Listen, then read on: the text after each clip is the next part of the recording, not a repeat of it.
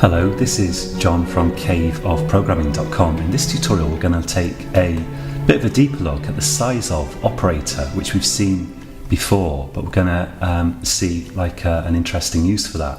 So just to remind you, if we create a variable like this, let's say int value equals 34, we can do this: cout size of value endler. And if we run this program, might have to build it. Let's go to project, build project, and let's run that. So we get the number of bytes, and each byte is 8 bits, remember, that this variable takes up. And we can also do size of int. So let's try that. And that does exactly the same. It gives us the size of this type. This is just an unused variable warning here because I'm not using value now in my program. Sizeof is actually an operator like the put to operator or like the plus symbol. It looks like a a function call or a method. Yeah, it looks like a function call, and we're going to see functions and subroutines later on. But it's not. It's actually an operator. So one thing that I wanted to show you here was that you can use this with arrays. Let's say we've got an array. Let's get rid of this, and let's say int values equals. Let's just have an array of values here. So I'm going to say I'm going to put some values in there. Let's type the semicolon first, and just some random values. We can iterate over that with a for loop, so we can say int I equals 0, I less than, in this case it's going to be less than 4 because there are 4 values here, I++, and we can say cout and values and I. Let's just output an endler there. Or in fact we could just put flush, and let's just have some space there to get it all on one line. And I'll put an endler after that, just to flush the buffer, but actually it's not necessary here because when the program ends the buffer's going to be flushed anyway, I imagine. So got some problem with flush there. I don't quite know what I did wrong. I've done something wrong.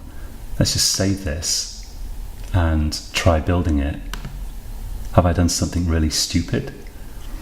It's complaining that scalar object values requires one element in initializer.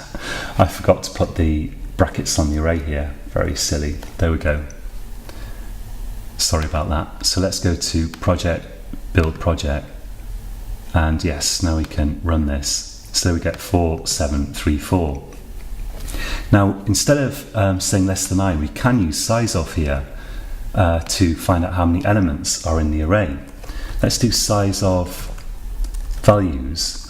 So size of values endler.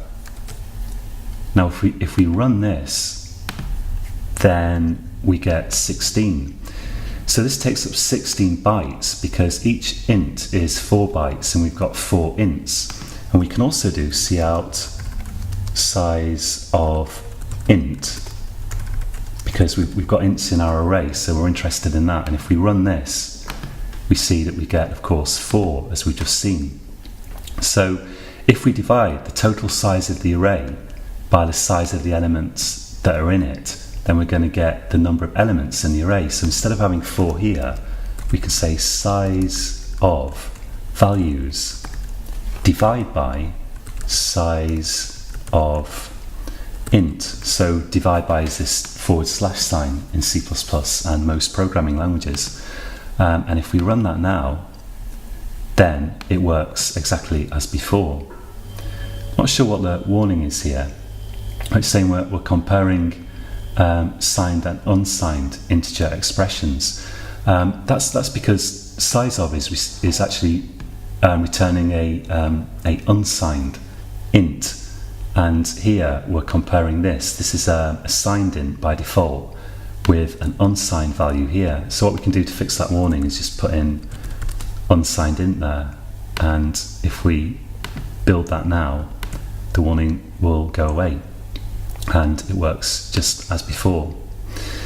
So not all compilers give you that warning. There's nothing really wrong with comparing a signed and unsigned value as far as I can see, but I got that warning here, so we fixed it. Unsigned, you'll recall, means just that the value can't be negative, so an unsigned int can't be negative. Okay, that's it for this tutorial. It's worth practicing this. Just declare an array. If you really want a challenge, make it a 2D array, and instead of hard coding the actual index here, the number of elements in the array, use Sizeof to get it in your loops. So 2D array, you can do this as well, but it's going to be a bit challenging. You can have a go at that if you're feeling ambitious. Otherwise, try a 1D array. So that's it for this tutorial, and until next time, happy coding.